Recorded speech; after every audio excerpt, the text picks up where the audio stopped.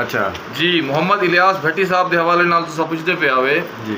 मोहम्मद इलियास भट्टी साहब बहुत वड्डी शख्सियत हैं। ना सिर्फ उन्हों का जोड़ा स्पेस है वो साड़ी फैमिली वास्ते, साढ़े कबीले वास्ते, साढ़े इलाके वास्ते, बल्कि पूरी तहसील वास्ते है भी आ, पूरे मुल्क वास्ते, मुस्लिम उम्मा वास्ते है, बिल्कुल। क्योंकि वो मैथ के एक्सपर्ट हैं और उन्हें हमेशा अपनी लाइफ को इस्लाम के मुताबिक गुजारे। मैं समझदा कि वो बड़ी छोटी उम्र के बहुत बड़े मकाम ते फैज़ थी गए और वो शहादत का दर्जा अल्लाह ताला ने उन्हें अता फरमाए। बिल्कुल जी। दोस्तों दुआ करे सो इलियास भट्टी साहब वास्ते अल्लाह पाक उन्हें मगफरत करे, क्योंकि बड़ा दुख और बड़ा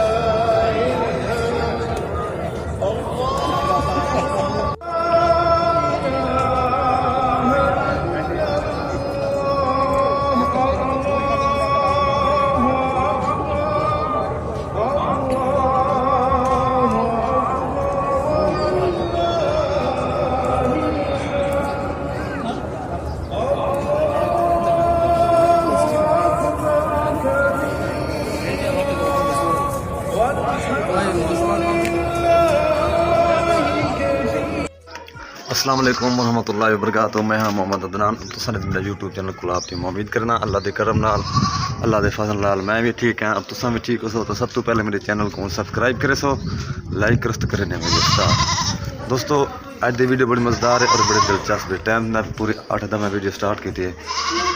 अज ईद माशाअल्लाह दूजी निहार है, तो मैं वेंदा पे मैं दुकान पे जो दुकान का माहौल जो सिस्टम उसमें लिखे सा, तो वीडियो पूरी बात करनी, वीडियो स्किप नहीं करनी, वीडियो जुड़े रहा इंशाल्लाह। मैं मज़ीद अगर माहौल लिखे सा इंशाल्लाह, मेहरबानी।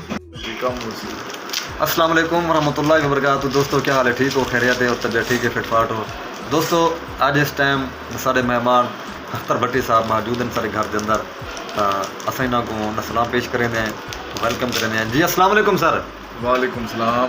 सर जी क्या हाल है? ठीक ठाक हो? जी जी अल्लाह का फजल। अच्छा सर, मेरे तरफों और मेरी पूरी फैमिली तरफों और मेरे चैनल की तरफों ढेर ढेर माह रमज़ान की तरावी और ईद मुबारक थी गई और रोज़े मुबारक भी तो आपको भी माशाअल्लाह मुबारक थी गई, शुक्रिया, खैर मुबारक। अच्छा अख्तर भट्टी साहब ये दसो पूरा माह रमज़ान महीना गुजारे हुए तो किवें महसूस किए दिल दे विच? बेसिकली मैं समझदा कि ये पूरा रमज़ान शरीफ का जोड़ा महीना है ये तो रूहानी तौर पर मुअत्तर करेंदे और जेड़ा ई दौर क्या हर दौर के अंदर सब तो बड़ी ज़रूरत है वो है कि तुसां खुद ते कंट्रोल गिनने, सेल्फ कंट्रोल जो आख्या वेंदे। बेसिकली रमज़ान शरीफ का महीना ये बहुत बड़ी अपॉर्चुनिटी होंदी है, बहुत बड़ा मौका होंदे कि तुसां अपने जज्बात ते, अपनी सोच ते और अपने थिंकिंग पैटर्न को तुसां इस्लाम के मुताबिक मैनेज कर सकते हो। तो मैं समझदा कि ये बहुत बड़ी अपॉर्चुनिटी है, बहुत बड़ा मकाम है और बरकत जा जेड़ा साता होंगे इंसान लम्हा ब लम्हा उन्होंने को इंजॉय करेंदे। तो भट्टी साहब एक मैं सवाल करता तुहाडे को, जो पिछले ईद न गुजर गई है तो उस टाइम सारे इकट्ठे सर इलियास भट्टी साहब मौजूद हैं सारे इकट्ठे, उन्होंने इकट्ठे असां वीडियो भी बनाई है। इस टाइम वो मौजूद क्या ने इस ईद पे, तो क्या तुहाडे दिल के अंदर एक दसे सो कोई गल उन्होंने बारे इलियास सर के बारे?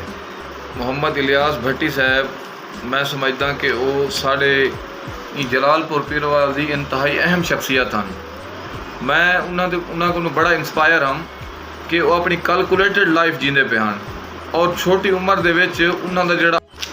अच्छा जी मोहम्मद इलियास भट्टी साहब के हवाले नाल तुसां पुछदे पे आवे जी।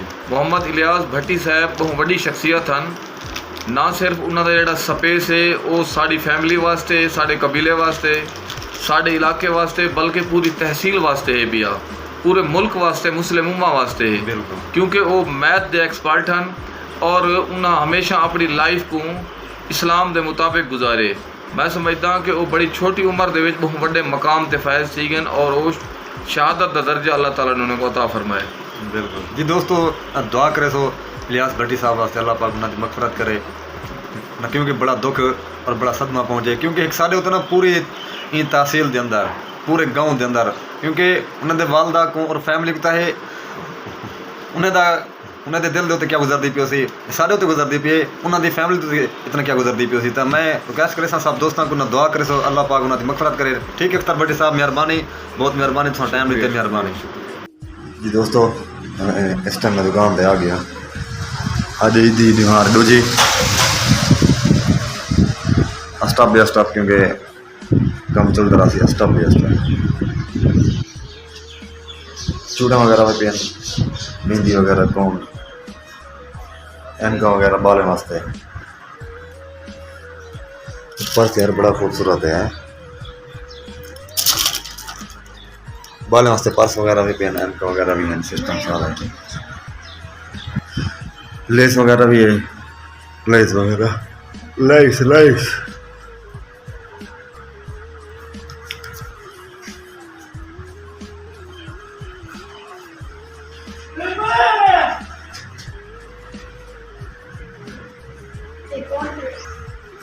हाँ मोहम्मद साहब क्या हाल है? इसी सुबह में दो, क्या हाल है? ठीक है, अस्सलाम, क्या हाल है? ठीक है, अल्हम्दुलिल्लाह, खैरियत है।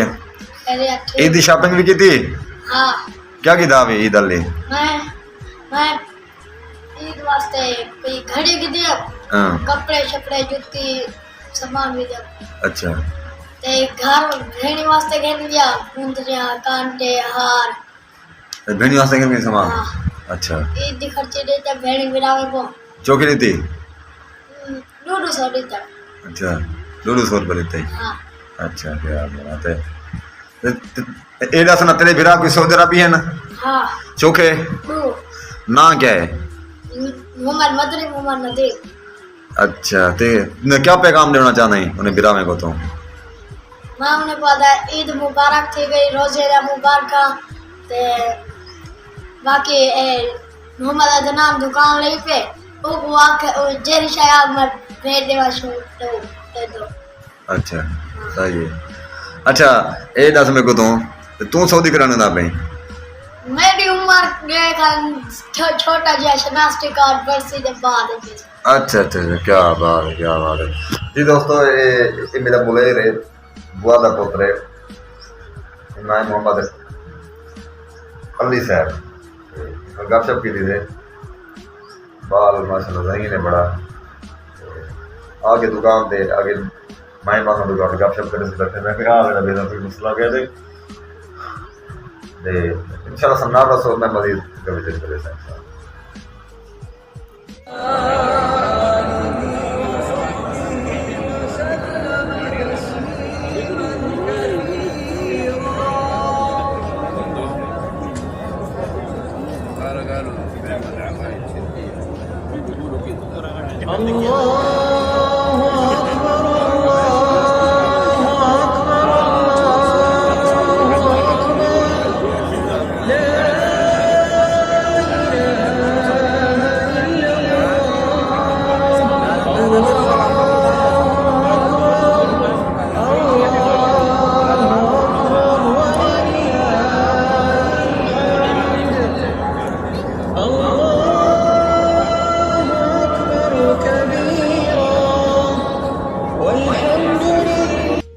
जी दोस्तों मैं तो अपनी मैं दुकान का मैं विजिट करवाया, अली भी नाल की गपशप में करवाई है, बड़ा मज़ा आ गया अलहमदुलिल्लाह।